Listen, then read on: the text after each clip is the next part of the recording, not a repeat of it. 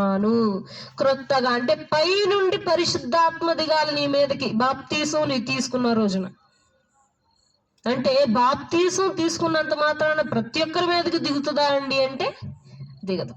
మరి కొంతమంది మీదకి ఎందుకు దిగదు, కొంతమంది మీదకి ఎందుకు దిగిద్ది అని అంటే, కొంతమంది ఎలా తీసుకుంటారు బాప్తీసం, అందరు తీసుకుంటున్నారు నేను ఒక్కదాన్నే తీసుకోవట్లే అనే ఉద్దేశంతో తీసుకుంటారు ఒకళ్ళు. ఇంకోళ్ళు ఆ యొక్క ద్రాక్షారసం ఎట్లుంటుందో టేస్ట్ చేయాలి, ఆ యొక్క రొట్టె ఎలా ఉంటుందో రుచి చూడాలి అని చెప్పి ఇంకొంతమంది బాప్తీసం తీసుకుంటారు. కాబట్టి అలా నామకార్థానికి బాప్తీసం తీసుకునే వారి మీదకి పరిశుద్ధాత్మ దిగిరాదని దేవుడు స్పష్టంగా తెలియజేస్తున్నాడు.